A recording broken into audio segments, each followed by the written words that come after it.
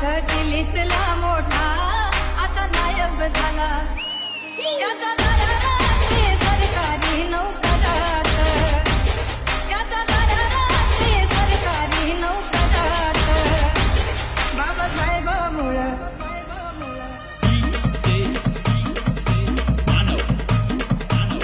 बाबासाहेबामुळं तुझ्या